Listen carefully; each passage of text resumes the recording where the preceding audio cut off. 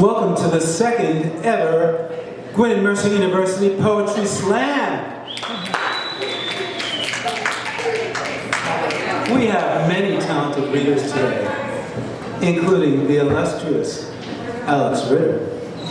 I'd like to finger pop a little bit. Including the august Bob Wood. Including the incredibly talented Liam Sullivan. Including the highly creative Justin Keller. Raise your hand, Justin. Show me what you look like. And including, which other student poet did I leave out? Anybody else coming in?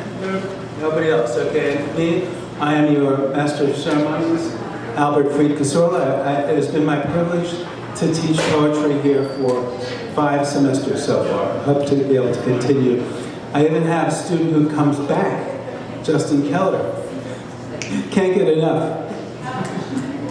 So these are poems that were written mainly in my class, with the exception of Bob Woods, who has written his independently. And we have some other observers, maybe performers, we can't tell you. The incredibly talented L'Oreal Krauss. Maybe we can persuade her to recite something. Yeah, L'Oreal, let's go. All right, L'Oreal, you're going to stick around for Alex's poem, right? Yeah. Okay. All right, so our very first talented speaker, all-around personality, jovial soul, and incredible poet. Let's give it up. You can applaud this time for Alex Ritter.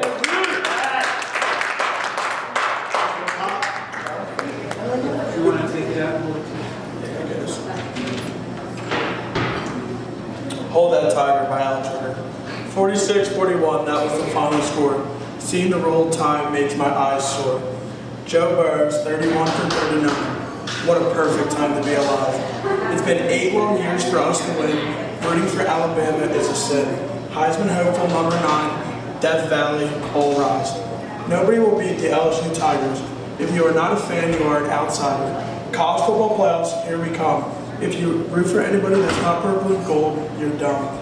I love the school and I watch with pride. Go Tigers, we hate the Crimson Tide. Thank you, Joe, but your job is not done. Farewell to all, the Natty Champ will be fun. All right, we're going to switch hits. Alex is switching in with his pal, Liam. If the reverb sounds silly, it's partly stupid. Liam, are you ready? I'm good, Luke. All right. Let us give it up for Liam Sullivan. The Mother Who Couldn't Cook by Liam Sullivan. Once there was a mother who couldn't cook. Every time dinner was cold, the family was shook. We put on a smile and went along, but enough was enough, her food didn't belong. One day she wanted to make a meat loaf, as it's impossible to mess up a meat loaf. Or so the family believed, but they were about to be deceived. The mother started cooking corn and mashed potatoes, the sides were complete. She called us down, let's eat. The family set the table, all was left was to take the meatloaf out. Next thing I heard was an oh no shout. I got up and said, what's wrong? She looked at me and said, the oven is on. That night we had salads. The food barely kept us alive. Months went by and mother wanted to give it another try. The family sighed, trying not to cry. The family put on a brave face, hopefully there will be no more mistakes. Once again she started to cook the meatloaf. Time went by and she called us down. We set the table all around. The mother opened the oven and said, oh no. And the family yelled out again, and then she replied, I forgot to put the meatloaf in.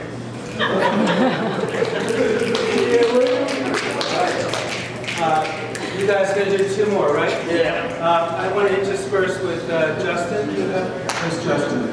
All right. Justin, come here. He took a break. Okay. Where you going? You have 2? 1?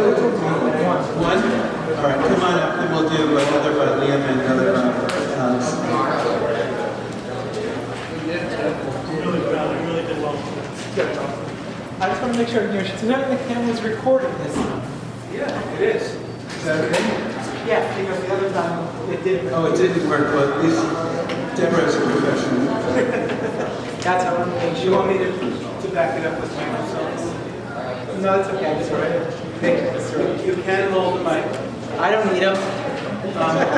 If anyone would like a copy of the poems themselves, you can get a copy by making a request to Mr. Wood.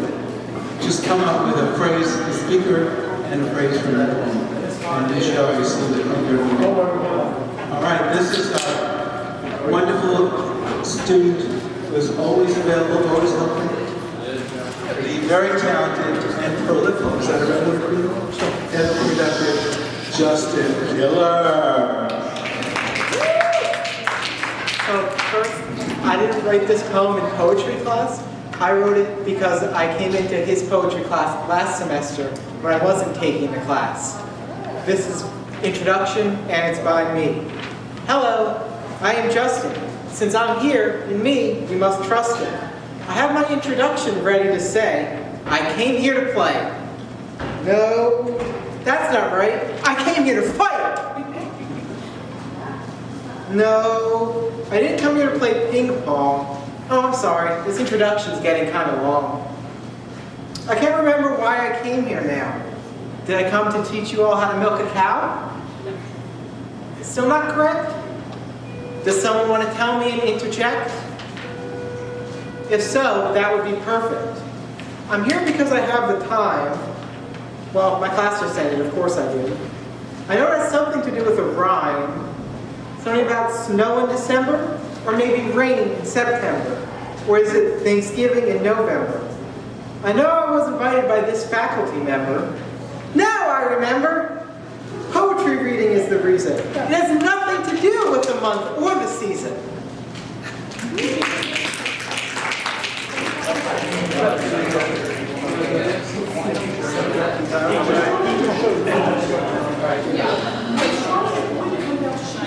L'Oreal wants to go. Okay. Is that okay? I got high food meeting. Pleasant surprise that you were here. L'Oreal is a future teacher. She's been taking notes on my methods and which ones to avoid. We have another.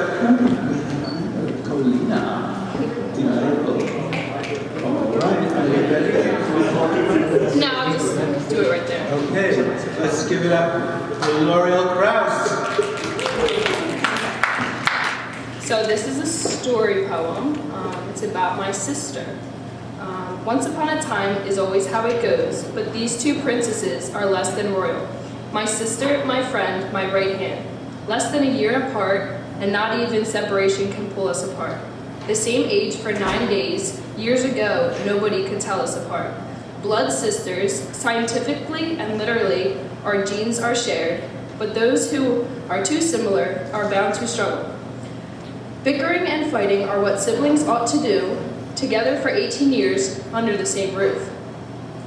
Sharing was embedded in our morals, but sharing our clothes was hardest of them all.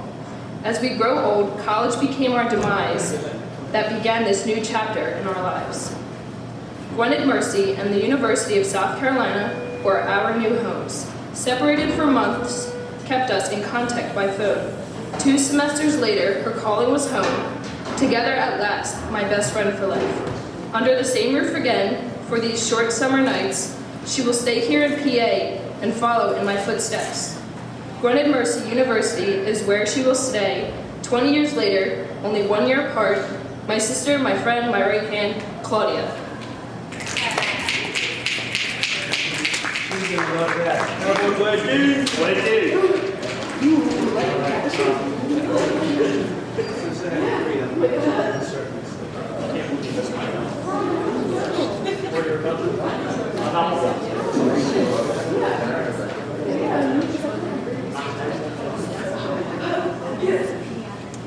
All right, I'm going to read the next one. I'm Albert Fried Casorla, and this is, I'm using the reverb. I think it's appropriate for this one. I'm not going to use it for the other 2 I have for you. It's a somewhat philosophical poem, as is Bob's, which you will see. Now, sometimes we have special things in our lives, people, mainly, right? That we hold dear to our hearts. Sometimes we think others have more of a precious thing, whatever it is. But it's important to keep in mind that how we appreciate it is what really counts. It's called a single rose. All I have is a single rose, while others have 53. Theirs hang in ample red cascades, but my one is good enough for me. Perfection may or may not exist in eternity, but it lives here in this moment, in this singularity. Some say that perfect is a terrible notion, an illusory potion designed to distract us from what really counts. They tear at its immediate glory and leave beauty lying there in tatters. But I say, heed this moment of turquoise sky and fragrant dry cool air. Don't miss the catbird singing on this day so impossibly fair. My single rose, what can it do for you today? Just snip it before you go away. It will give you a moment snatched from the welter of time. Might spin you around and turn your life on a dime. So seize this day, I insist you do. It's time to carpe that diem before the diem carpes you. All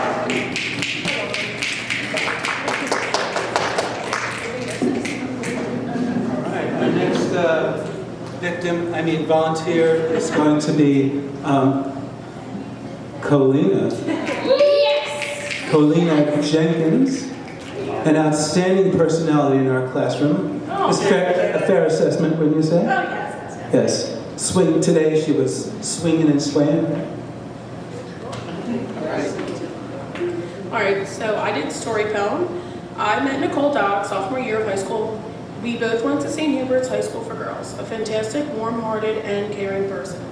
Funny and outgoing person who always been a tremendous friend to me. Became close with her right away. Always helped me with my depression and my mental disorder. Saved my life so many times. Helped me with all my struggles in my life. A shoulder to cry on, a person to laugh with. Graduated together in 2016, different colleges, but then finally together at Gwynedd. Different majors, but always stayed close. Barnes and Noble trips together, study and school buddies, and my best friend for the rest of my life. Thank you. All right, Excellent, thank you. Next, we're going to hear a second poem from Alex Wood.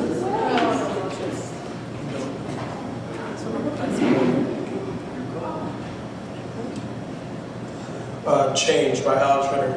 I'm confused. Where did that red, yellow, and orange go? I'm missing all the colors I saw not too long ago. Maybe I'll see them soon under the gorgeous full moon. We are confused. Where did the warm weather hide?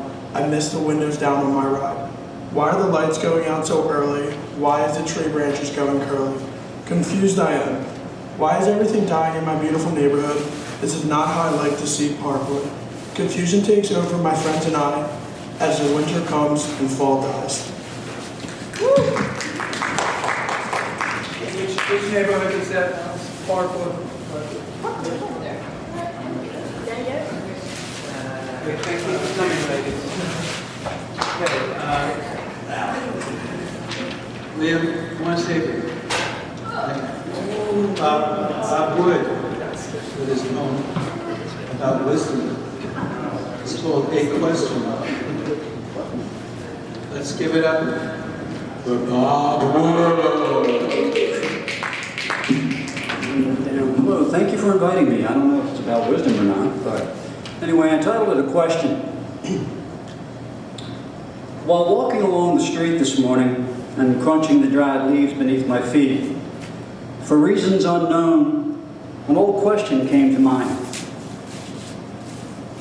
If a tree falls in a forest and no one is around, does it make a sound? I do not know. But other thoughts then came to mind. What of a child who cries alone in the dark? Or the homeless one who must sleep in the park? Do they make a sound? What of the poor worker whose labor is used? Or the spouse left crying and bruised? Do they make a sound? What of the one who's been told, go back where you belong, your color's all wrong? Or the one who's heard, go away, we won't serve you, You're gay. Do they make a sound?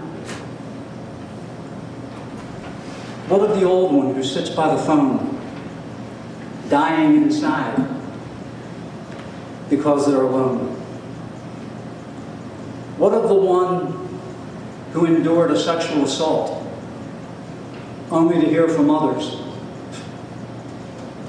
"You drank too much, it must be your fault"? Do they make a sound? When a tree falls and it hits the ground, perhaps if we listen, we might hear that sound.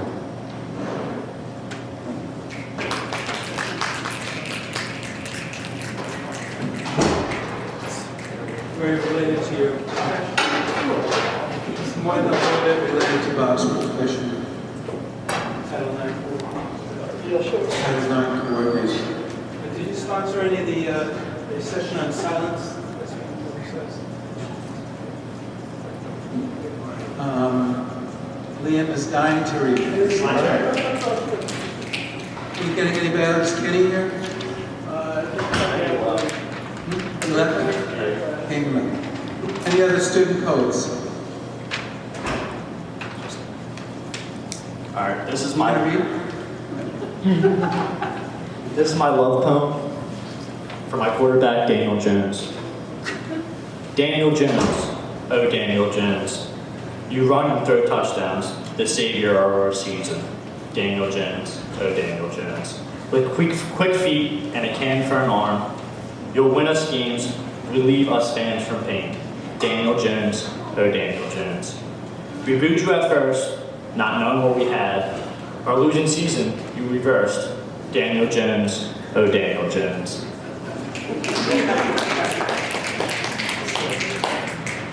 Only sports poem of the day. All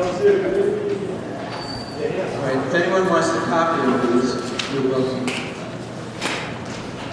Besides myself, any other readers tonight? Any other readers? Is Will Davis here or Kenny? No, they didn't. Okay.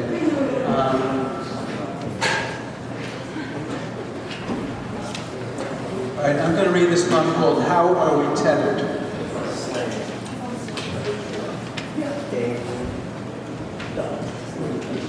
We are tethered to the different aspects of our lives, to our sports teams, right?